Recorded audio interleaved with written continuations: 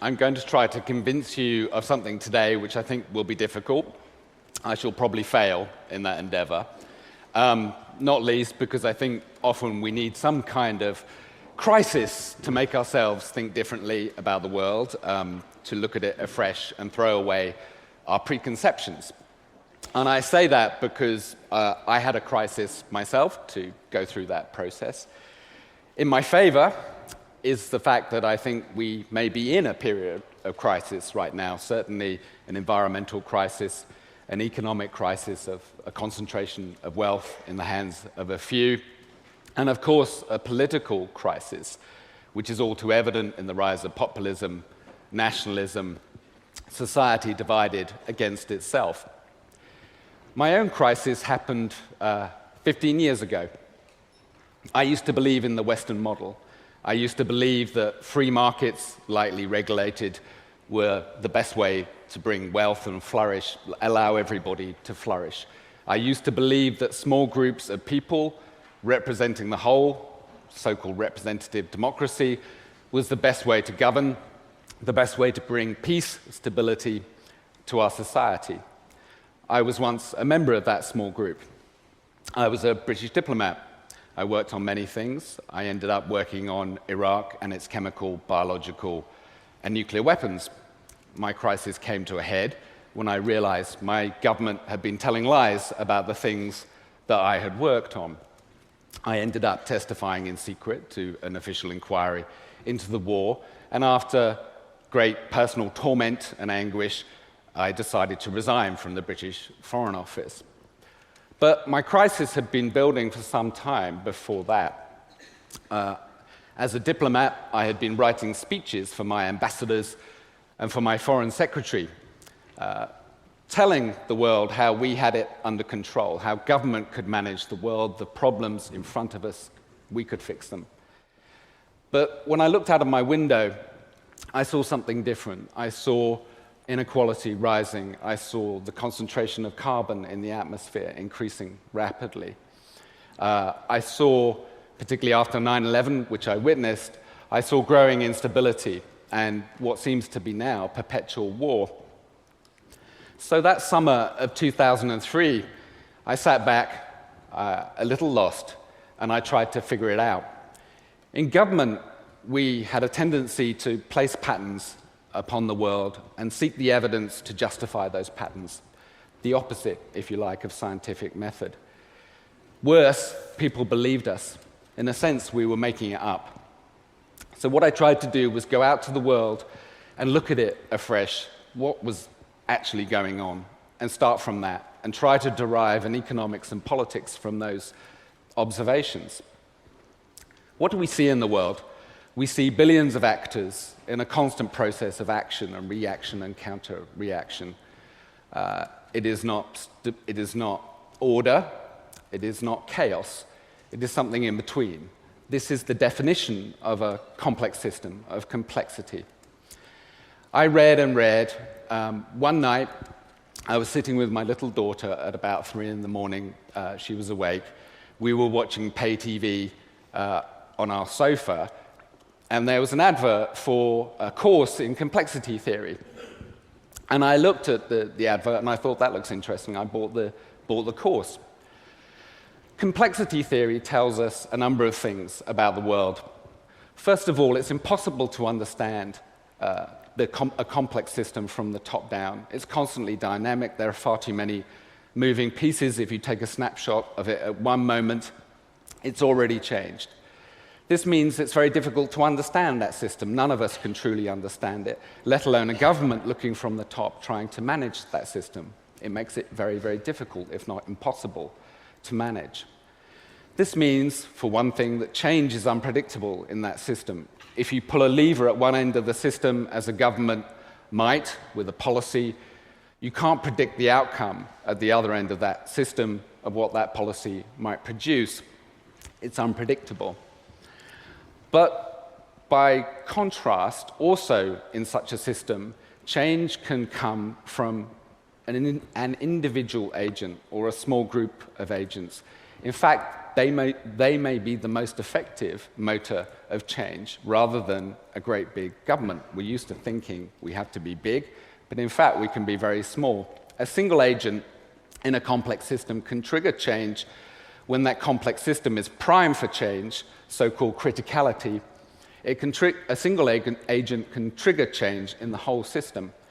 If you think of Mohamed Bouaziz, for example, the young man in Tunisia, whose singular act of setting fire to himself brought revolution in Tunisia and across the Arab world, the Arab Spring, but also counter-reaction, repression in Egypt, and of course mass murder by the Assad regime in Syria. This is a different model of change. In complex systems, it is impossible to create stability from the top down. In fact, if you try to control that system to create order, you are as likely to create disorder at the end. But in a complex system, order is plausible, it is feasible through the actions of individual agents, us, individuals, cooperating together, collaborating to create things, to organize ourselves, to organize our society.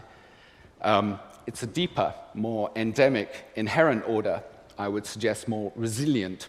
When I realized this about complexity in the world, I suddenly realized that what it means, of course, is that change is up to us. We can no longer look to others, authority, to do things for us. When I realized this, I found it profoundly upsetting. It turned my model of politics literally on its head. I was very anguished by this revelation. And the more I read, the more I realized that, in fact, others had come to these conclusions earlier in the 19th century. And this philosophy had a name. And I realized that by deduction, rather than by conviction, I had actually come to believe, almost by accident, in anarchism. Emma Goldman, the likes of Pyotr Kropotkin in Russia, 19th century anarchist, believed that you could only have government for the people when it was by the people. They rejected communism. And I think if they were around today, they would argue that anarchism is more relevant than ever. And I would suggest to you that it is, in fact, essential if we're going to solve the problems in front of us. But what is anarchism? I hear you cry. Or maybe not. Well,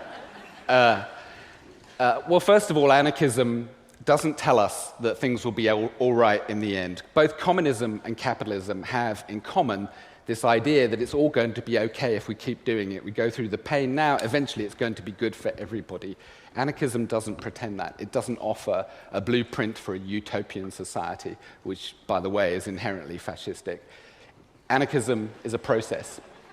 It is action. It is collaboration with people without power, without people having power over one another, collaboration as equals, everybody included in decision-making. It is work, unlike voting, though I'm sure you agree that our current political system, with politicians trading simplistic, vulgar slogans about what to do about the world, and electoral politics and partisanship that seems to be more successfully dividing us than uniting us, the political system that we have today is more part of the problem than the solution. Anarchists propose instead direct democracy. This means everybody involved in the decisions that affect them. This was democracy as practiced in ancient Greece, where citizens took it in turns to take the decisions for the city. But more recently, direct democracy has been practiced by tens of thousands of people in a large city in Brazil called Porto Alegre, where thousands of people took part in debates to decide the priorities for the city budget. After 10 years of this, the World Bank, of all people, did a study of the results, and the results were extraordinary. Though perhaps predictable if you think about it, if you include rich and poor alike in decision-making, the outcomes of those decisions are going to be more equitable. And sure enough, when the World Bank looked at Porto Alegre, they found that things like sanitation, healthcare, and education were much more fairly distributed than they had been before this experiment in participatory democracy began. They also found, interestingly, that both politics The ugly form, partisanship, and corruption all dramatically declined, which again makes sense, because if politicians are not allowed secretly to carve up a budget and pay off their cronies, why do you need political parties at all? You just decide. Anyway, it works. This is a system that has been proven. It's not a wild idea. Anarchism isn't chaos. People think, oh, it just means, everything a free-for-all. It's not that at all. But you can't have a fair politics when power and wealth is concentrated in the hands of a few. The wealthy, those already with wealth and power, will always get access to the decision makers. They will always be able to reach those policy makers more easily than the rest of us. You have to create a fair economy. Anarchists do not propose state ownership as the answer. They propose instead that everybody who contributes to an enterprise should be a beneficiary of that enterprise. They should be an owner of that enterprise. They should have a say in the future of that enterprise. This is, of course, the cooperative model. And again, it works. Spain's 10th largest company is a conglomerate, a cooperative called Mondragon. In Britain, its longest-lasting retail store was founded when the family owner of a collection of stores realized that his family was worth more and was earning more than all of the company's employees put together. Disgusted, he turned the company, John Lewis, into a cooperative. This happened when he was lying in bed, injured after a horse riding accident, his own kind of rupture. I've seen these models work in small villages, in neighborhoods of New York City, in cities, big cities, also in a remarkable region of eastern Syria called Rojava, where after the collapse of the Assad regime, they have implemented self-government from the bottom up, including all ethnicities, races, where women are always given leadership roles, chair every meeting, where decisions are made at the lowest level possible, where even in decisions of justice and wrongdoing, they do not look to authority to make the decisions to punish. They look to the group, society, to decide what is best, what is the best way to deal with their problems together. This produces something extraordinary. This produces society that is fairer, that is better, where there is more cooperation, less division, more harmony, more love. But this won't happen on its own. No politician will legislate for this kind of society to arise. It will have to be built and tended to constantly. It's not something that we can just expect to happen through the dialectic of history. And indeed, the dialectic of history tells us that things change. Nothing can be taken for granted. It's pretty clear that the current dispensation that left us very comfortable in the late 20th century of representative democracy and a kind of capitalism, that dispensation is coming to an end. And the question is, what will replace it? And it's pretty clear what will replace it right now, and it's not pretty. And unless we act, that will continue to be our future. There's something deeper here too. The conception of the human in current contemporary orthodox economics and politics is of somebody who can't be trusted. You need governments to set down rules, to coerce them, to punish them if they do wrong.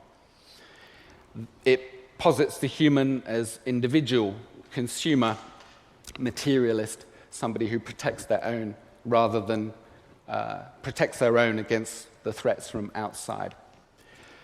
I profoundly believe that this is a grotesquerie. It's a travesty of what we are. If you ask the dying soldiers, what they will tell you is that they live for other people. They will sacrifice their lives for other people. In a sense, they only exist in other people. So for me, anarchism has become much more than a merely political or economic philosophy. It's become a guide to how to live. And with that, I'll sit down and turn the rest to you.